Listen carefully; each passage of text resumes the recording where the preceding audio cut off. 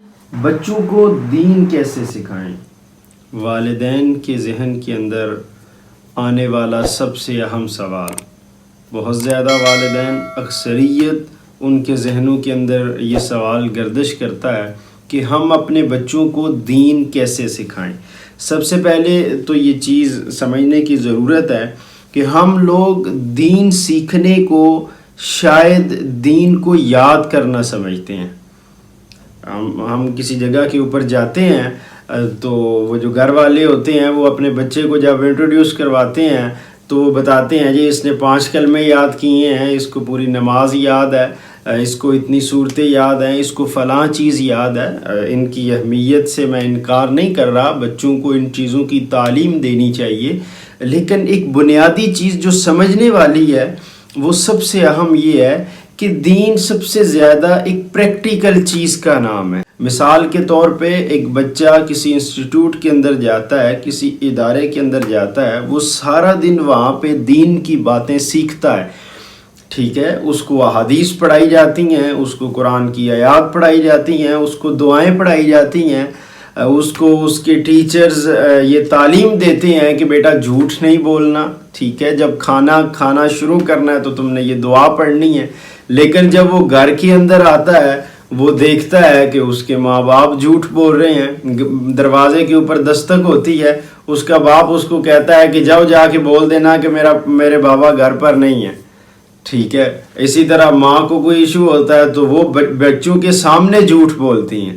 ٹھیک ہے۔ کھانا کھانے لگتے ہیں تو والدین خود دعا کا اہتمام نہیں کرتے۔ مسجد سے مؤذن کی اذان کی صدا سنائی دیتی ہے تو باپ یا جتنے بھی گھر کے اندر بڑے افراد ہیں وہ خود نماز کے لیے تیار نہیں ہوتے، تو وہ بچہ کہاں سے دین سیکھے گا؟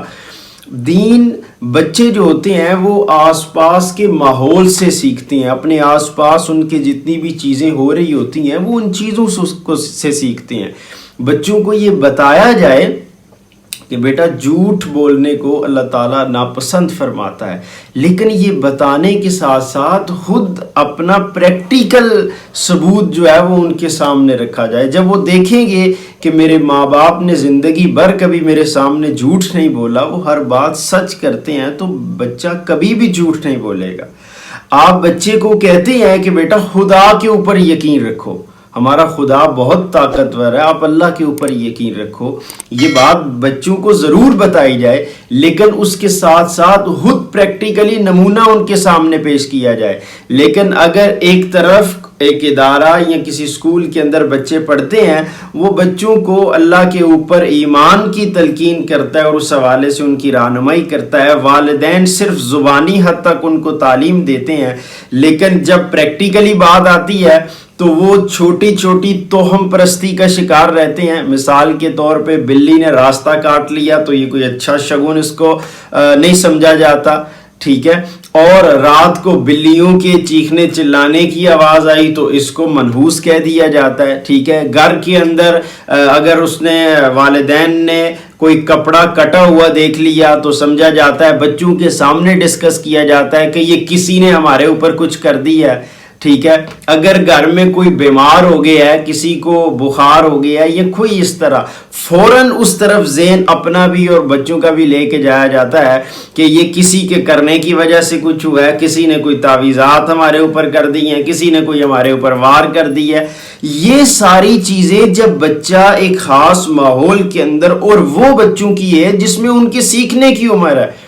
جس ایج کے اندر انہوں نے ہر چیز سیکھنی ہے اور پھر وہی آگے ساری زندگی ان کے ساتھ چلنی ہے، اسی ایج کے اندر اگر والدین اس طرح کی توہم پرستی اور ان چیزوں کا بچوں کے سامنے پریکٹیکل ثبوت پیش کرتے رہیں اور ان کا پورا ایک مائنڈ سیٹ اس کے ساتھ ڈیولپ ہوتا رہے، اس کے بعد آپ جتنی مرضی ان کو لیکچر دیں، جتنی مرضی ان کو چیزیں یاد کرائیں، دعائیں یاد کروائیں، لیکن جب بھی کوئی ایسی چیز ان کے سامنے ہوگی ان کا کبھی بھی اللہ کے اوپر ایمان نہیں ہوگا، بلکہ وہ جاہل عاملوں کے پاس بھاگیں گے گے، جھوٹے اور فراڈی اور مکار لوگوں کے پاس جائیں گے، نہ صرف اپنا پیسہ اپنا مال و دولت ضائع کریں گے بلکہ اپنا قیمتی وقت اور اپنے ایمان کی بھی بربادی کا سامان کریں گے. کہ یہ جو اس طرح کے لوگ ہوتے ہیں، جب ایک انسان ان کے پیچھے ایک دفعہ اس طرح چل پڑتا ہے پھر وہ ساری زندگی انہی چکروں کے اندر پڑا رہتا ہے. یہ ہمارے آئے روز کی ایسی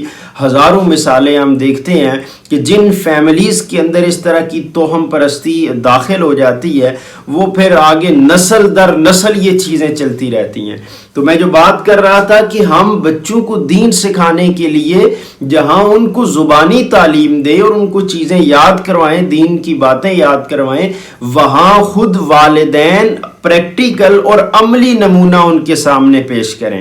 جتنی بھی چیزیں ان کو سکھائی جائیں اس کے اوپر مکمل طور پہ پریکٹیکل وہ ساری چیزیں بچوں کو گھر کے اندر دیکھنے کو ملیں. اگر بچوں کو یہ تعلیم دی جاتی ہے کہ بیٹا دوسروں کے ساتھ صلہ رحمی سے پیش آنا چاہیے، دوسروں کے ساتھ اچھے اخلاق سے پیش آنا چاہیے، تو سب سے پہلے والدین جو ہیں انہیں اس کا عملی مظاہرہ کرنا چاہیے. اگر بچے روزانہ دیکھیں کہ میرا باپ یا میری ماں دوسروں کے ساتھ جھگڑتے ہیں، دوسروں کے ساتھ زبان درازی کرتے ہیں، چھوٹی چھوٹی باتوں کے اوپر لوگوں کے ساتھ قطع تعلقی کرتے ہیں، لوگوں کے ساتھ بحث مباحثہ کرتے ہیں، گالم گلوچ کرتے ہیں، تو آپ ایک طرف چاہے جتنے مرضی کسی اچھے ٹیچر کے پاس، کسی اچھے انسان کے پاس، کسی اہل علم کے پاس آپ اس کو تعلیم دلوا دیں، لیکن وہ کمی اور وہ خرابی کبھی بھی ٹھیک نہیں ہوگی جو بچے نے آپ کی چیزوں کو دیکھ کے اپنے اندر اس نے فیڈ کی ہوئی ہے. تو یہ جو بچوں کی ایج ہوتی ہے جس میں یہ ساری چیزیں وہ سیکھ رہے ہوتے ہیں، اس میں زبانی کلامی چیزوں سے زیادہ ان کو پریکٹیکلی چیزوں کے سکھانے کی ضرورت ہوتی ہے. اس کے علاوہ اور کئی مثالیں ہیں. ہم بچوں کو یہ تعلیم دیں کہ بیٹا کہیں غلطی ہو جائے تو آپ سوری کرنا سیکھیں، معذرت کرنا سیکھیں، وہاں ساتھ ساتھ ہم ان چیزوں کا پریکٹیکل ثبوت بھی ان کے سامنے رکھیں. والدین کو چاہیے کہ بچوں کے سامنے اگر کسی کے ساتھ آپ کی کوئی انبن ہو جاتی ہے، کوئی مسئلہ ہو جاتا ہے، آپ سے کسی کے ساتھ کوئی زیادتی ہو جاتی ہے، تو بچوں کے سامنے ان سے معذرت کریں، ان سے سوری کریں، تاکہ وہ بچے آپ سے سیکھ کے کل کو جب ان کی زندگی میں بھی وہ تمام چیزیں ان کے سامنے ان کو فیس کرنا پڑے تو وہ آپ کو ہی فالو کریں اور جو کچھ انہوں نے آپ سے سیکھا ہوا ہے اس کے مطابق وہ اپنی زندگیوں کو بسر کریں. تو والدین کے لیے یہ از حد ضروری ہے کہ اگر وہ اپنے بچوں کو دین سکھانا چاہتے ہیں تو زبانی اور ان کو یاد کروانے کی طرف جہاں آپ توجہ دیں، وہاں پر پریکٹیکلی ان تمام چیزوں کا عملی نمونہ ان کے سامنے رکھیں. پھر آپ دیکھیے گا کہ اس کے کتنے خاطر خواہ فائدے آپ کے سامنے آتے ہیں.